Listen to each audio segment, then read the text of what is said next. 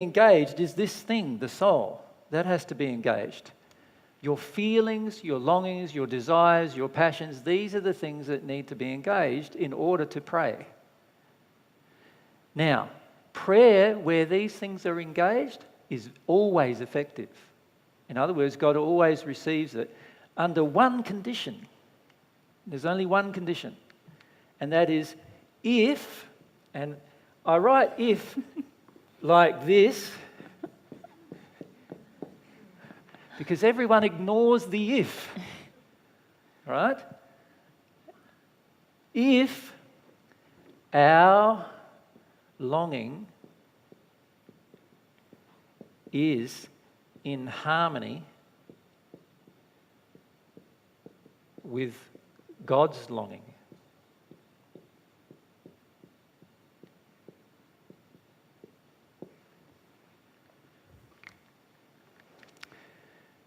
So it's a big if, right? If our longing is in harmony with God's longing, every longing we have directed towards God will be satisfied.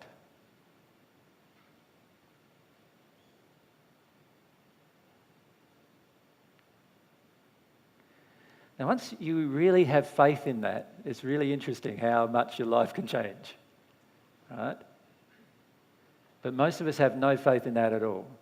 Most of the time, because we experience or try to experience our longings directed towards God, and you know what ends up happening?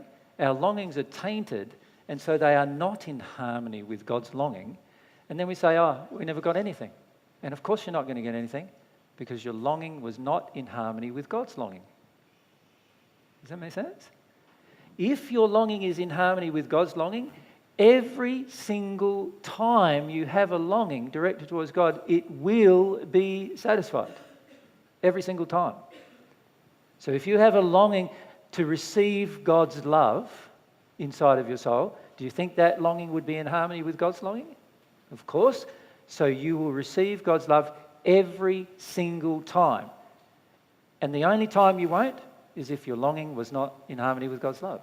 It wasn't sincere or it wasn't pure. That's the only time. Now, when people listen to that, they go, but I often pray and I don't receive God's love. And I'm saying, yeah, that's right. Spot on. Because your longing isn't in harmony with God's. You think you're praying and something's impure about it. That's what's going on. And for the majority of people, you know what's really going on? The majority of people have these holes within themselves. Let's give it like a great big hole. That's full of pain, like we illustrated yesterday. And you know what we want from God?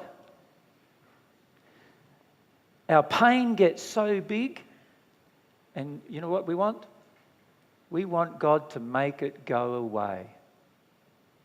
And so you know what we do? Under those conditions, we long for God's love to enter us and make our pain go away. Now, is that a pure longing? Who created this pain? Did God create it? No, somebody else or we ourselves through our choices created it. So God can't make our pain go away. God will expose our pain so that we can feel it and then it will go away. But God's not going to make it go away. Right? Too many people believe that God will make their pain go away. It's not going to ever happen because we or others around us created this pain. We need to help it have it go away. We need to have it go away by experiencing it rather than holding on to it. It's only in us because we're holding on to it.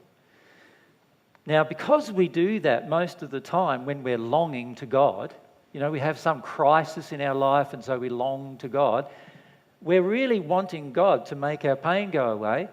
And of course, our prayers may not be answered because it's not in harmony with God's longing. God wants you to deal with your pain. God wants you to see the reasons how it got created. God wants you to feel how it got created so that you never create it again. If God just rubbed it out every time like this, you'd just go ahead and create it again if you don't know how it got there. You need to know how it got there. Right? You need to feel it and experience it in order to know. So God's not going to rub out your pain just because you want it. Alex, you had a question about that?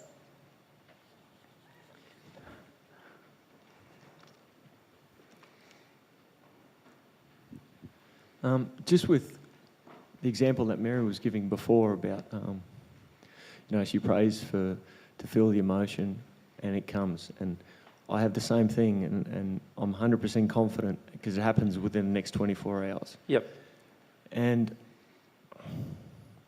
like the same thing happened this morning. Woke up, had some dreams, prayed. I just said, just give me humility, help me to just be open to whatever comes. Within an hour, I was in the emotion. Yep. And I just allowed the grief. And every 15 minutes when the grief would stop, I just prayed, help me to keep going. And then it would just keep going. Yeah. And so he went like this for, I don't know, roughly an hour or so. Yeah. But here's my thing. At the end of it, I don't feel any closer to God. So like I feel good in that I've released some grief and I feel more faith in the system. I have more confidence in it because I know it works. It happens every single time. Yep. But I don't feel closer to God. I don't feel more of a connection to God, and neither do I feel God's love entering me. You're only going to feel closer to God through having the relationship with God. See, a lot of people, I feel, listen to the principles of divine truth, and then they have a very self-focused viewpoint of it. In other words, what they do is they go, okay, I understand this principle. If I just pray for God to expose some truth to me, God will expose some truth to me, and I'll be able to, if I'm humble, I'll be able to feel the emotion, that'll release from me, and that's fantastic. That will not specifically make you closer to God. To be closer to God, you need to have a relationship with God that gets established. And many of us are yet to deal with the emotions that prevent the establishment of such a relationship. Does that make sense? So for example, if you have anger with God's system, then that's going to definitely stop you from having a relationship with God. Right? And it doesn't matter what other emotions you process, it will benefit you with the other emotions, but your relationship with God will not change. And this is where it's very important to understand that just because we're processing emotions, it doesn't automatically mean that we're going to be closer to God. We have to be closer to God, we have to process the emotions that we have with God. And often they're not the ones that we are very concerned about. Often we're focused on other ones. Like we might be more focused on having a relationship, and so we process the emotions that block us from having a relationship, and we forget about God in that process. Right? Or we might feel that we're unhappy a lot. So we process the emotions that deal with our own personal unhappiness, but we still neglect our relationship with God. To actually be closer to God, you're going to have to deal with your emotional blockages with God. That makes sense, doesn't it? Many of us are not choosing to do that. So we're dealing with other emotional blockages towards our partner or potential partners, towards the opposite gender, towards our father, towards our mother, towards our, the universe generally, towards the environment, all the different issues that we have with regard to love. We're willing to engage all of these, but we're still often avoiding the biggest thing that's going to change our life, and that is the relationship with God. Does that make sense? Yeah, can I just ask, I've gone down this track of trying to go through my blocks to receiving God's love. Yeah. And so I feel like one of my things is I cannot connect to God, and then it usually will take me into an emotion about I couldn't connect with my dad, for instance. Yep. And it kind of goes down that track, but again, I don't feel closer to God. Well, if you don't feel closer to God, then you haven't solved the problem. Okay. So to me, the experiment is telling you the direction you're going isn't the right direction. See, for me, whenever I process through something emotionally, and if afterwards it feels like nothing's really changed, then I go, well, obviously I haven't done much. So I don't believe that I have just because I've felt something. I realise that I've got to still find more. You see, the experiment will always tell you the truth. It's like we're like scientists, remember? Like we were saying yesterday. If the experiment tells you you're not closer to God after you've done the experiment, then I would suggest to you that it's the wrong emotion. You're trying to guess an emotion, or you have a preference for a certain emotion and you're not being willing to face other emotions that stop the relationship with God. Does that make sense? There's also this really fundamental thing that you touched on just now about a relationship is like two-way. We've got to develop feelings for God and long to know God, not just have God come and fix us. And if we're very I'm just going to cry and long to God, so I'm better. And that we can actually breed arrogance through that. There's also, we're going to have to acknowledge that at some point that God knows more than us. And when we hold on to this feeling like I'm going to have to know, I want to know everything, and I never want to feel like I don't know as much as the person I'm in the relationship with, that's also going to prevent me having a relationship, isn't it? So those two things I see a lot of people struggling with, actually wanting to know God and also acknowledging that God knows more than them. I feel that's definitely true, because the times when I felt really close to God on this path, I've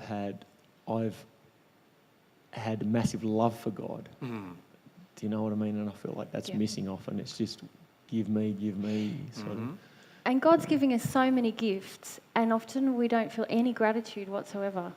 And that blocks us from God. It's like, gimme, right, is the thing we've got going on with God. And sooner or later, God's going to say, because there's some laws involved, well, no, I can't give you any more until you get over this give me attitude that you have. Does that make sense? This real strong, addictive desire to keep getting without really appreciating what we've got already.